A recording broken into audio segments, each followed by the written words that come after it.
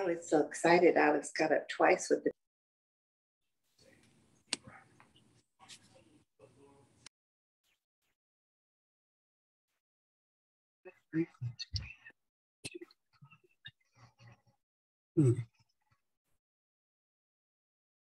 Wait, has this started?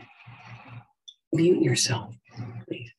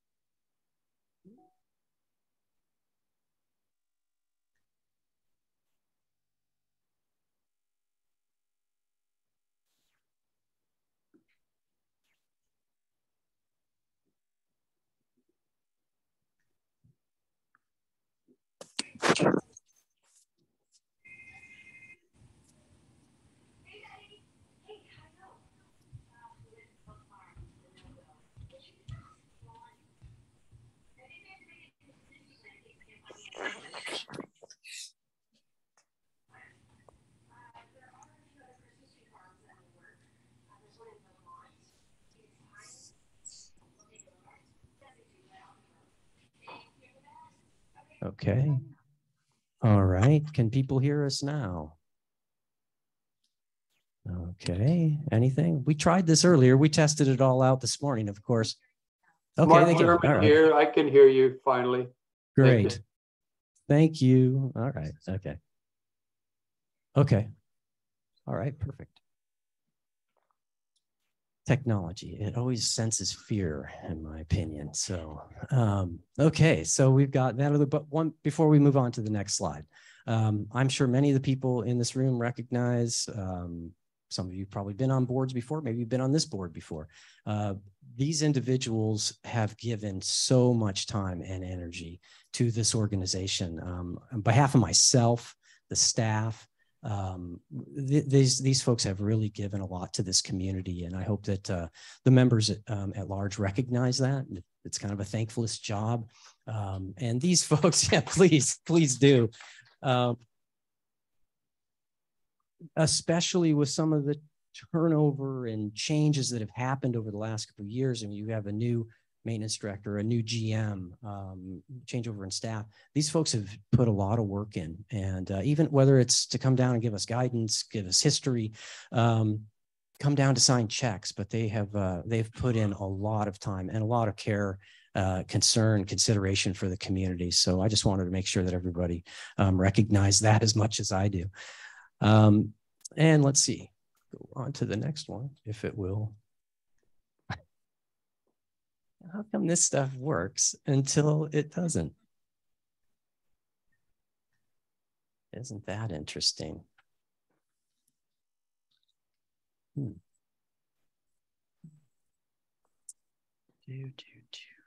There we go. Okay. So also a couple of board members to recognize that were with us from the last AGM. John Palin, I see that he's here, and Joe Sothi as well. I want to thank you for your participation and your commitment to the board. We appreciate that. And also recognize past presidents. We've got a long list of them, and I think we have a couple of them that stood for election this year, Buzz Abercrombie and Paul Atchison. So I want to thank all those folks for their service as well. As just part of the the routine here, make sure that we certify a quorum according to the bylaws. We had a CCNR amendment, and so that required a 40% quorum of members by either casting votes by ballot in person or by proxy. And so we had 3,323 accessible units. We had 2,109 votes cast. And so that was a 64% turnout. And that is a pretty historic high from what I understand. So a lot of participation from the community in this year's election, which is outstanding. And another, I guess, thing that we have to do here, proof of notice of AGM. We sent out 1,306 emails via election runner on September 29th. Only 25 of those returned. I know Lori worked to try to make sure that everybody was contacted, that where the emails came back. We sent out 137 election notification flyers. So the community was duly notified. And I'd like to mention too, the previous community that I managed, of the similar number of homes, 936 homes, we were lucky to do maybe 20%, if maybe high 20s in electronic voting. So the participation electronically from this community is again outstanding. And yeah, thank you. It's a lot easier on everybody involved. So thank you very much for that. We're just going to go quickly over really the reason why this board sits here, why we come to work every day. This is something that just guides us, and it's our mission and vision statements. And I'm not going to go through all of this, but you've probably all seen it. But there is a guiding force, and it is to try to make Sra Agm the best that we can. One of the most, I think it is. You probably all know this, that's why you're all here. It's one of the most beautiful communities in the Pacific Northwest, and we're going to try to keep it that way and continually improve upon the community processes to make it that way. So with that, I'm going to hand it over to Doug, and Doug's going to give you his president report. And Doug, do you want to speak from this mic? Yeah. It's working. Is it? Well, first of all, I want to thank Tippy and the elections committee for doing such a really great job. You have throughout the whole year, we've had several elections. Awesome job, the whole committee. Thank you. I also want to thank our staff, Lori and Justine, Carol, and David for pulling this together and getting it set up, because it's a lot of work and it's not easy. And thank Matt and the hotel staff for accommodating us. So 2022, we had some highlights and we had some real challenges this year. Probably we started off the year with having to recover from one of the biggest storms that I think any of us have probably seen around here. It wreaked havoc with our infrastructure. We were without a general manager. We had a brand new director of maintenance on staff. We were shorthanded in the office. And it made for a bit of a slow start to get everything going. But some of the highlights that we've made this year are we fortified our management team.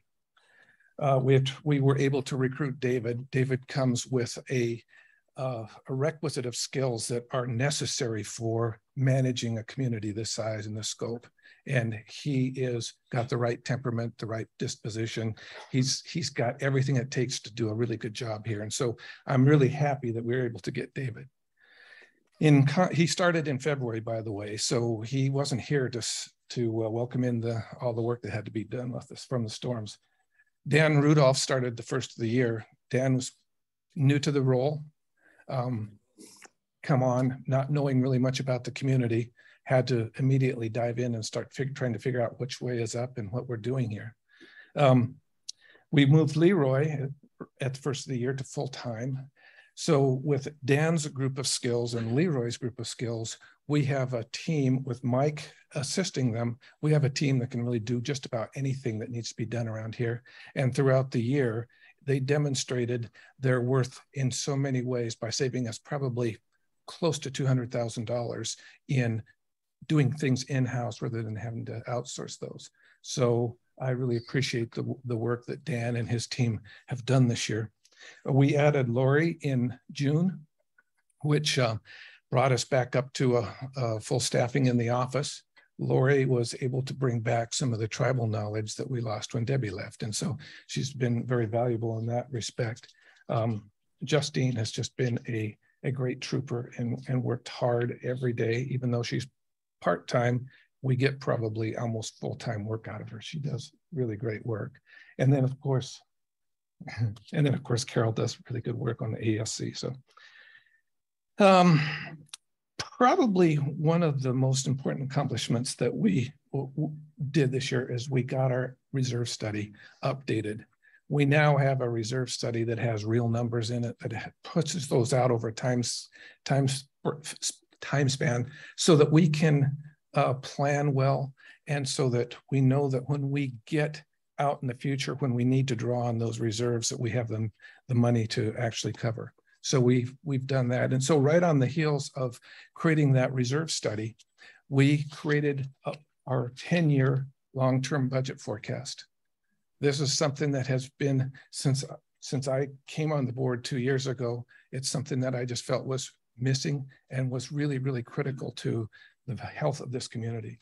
So finally, Dan, David, and Jim were able to take that bull by the horns and wrestle it and get it done, and did a really great job. So we now have, well, what's the value of a 10-year study? It allows us to really do good long-term planning.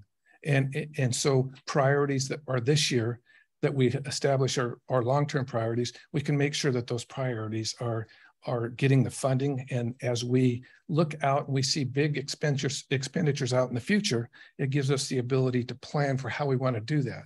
We want to raise dues so that we have the money when we get there, or do we want to make assessments at the time that we do that? And so that's what a good long-term plan is. It helps not only the SRA, but it helps us personally plan for those things as we plan our futures. So we also had an inclusionary budget process this year that I was pleased with. It started out with the maintenance committee. It went to the finance committee. It went to the board. It went to 3 town halls.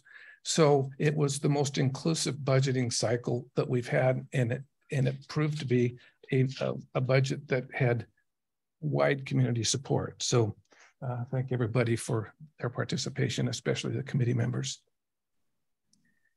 We got our arms around some pretty serious things that are facing the community. One is our Boundary Ridge flooding. I think most of you probably have heard that Boundary Ridge had very serious flooding this last year. The Drayton Hillside bioswale and the recreation easement, all of those are issues that we've really got our arms around. This year, after multiple meetings with city officials, with lawyers, with consultants, with engineers, we now feel we're in a position where we understand what our liabilities are, what it takes to fix if we elect to fix, and some of the costs that are going to be involved, how to get that done. So I feel that those are a lot of questions that we were having to deal with over the past year that we now have answers to. We got a good start on catching up on our deferred maintenance. You know, we're living in a community that has got a lot of communities that are 20 to 35 years old. And those communities our assets get old, they break. So the real key to having a good maintenance team is also to have good preventative maintenance programs in place so that we can optimize our assets and make sure that we're taking care of our stuff so it lasts longer and it reduces our costs. And that's what Dan is doing. Dan's putting together those plans that are articulated, that are scheduled, that make it easier for us to budget for maintenance in the future. So that was, in my opinion, I will say, we did have to prioritize some of our critical infrastructure repair and upgrades over some of our aesthetic stuff this year. And with the weather that we had this spring, we got probably a slower start than we'd like to on some of the things that are more eye candy and appealing to the community. But we felt it was really critical that the infrastructure issues be dealt with first. Another thing that we dealt with, and this is a little bit more esoteric thing, but we dealt with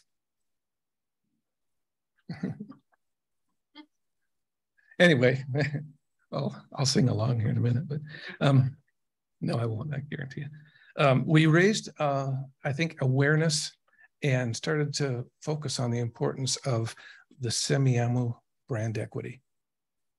And I know that that's kind of something that rings home with some of you, and some of you just blaze over.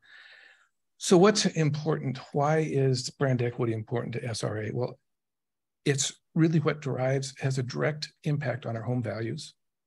It heightens our sense of community, and it also promotes the lifestyles and health of our community.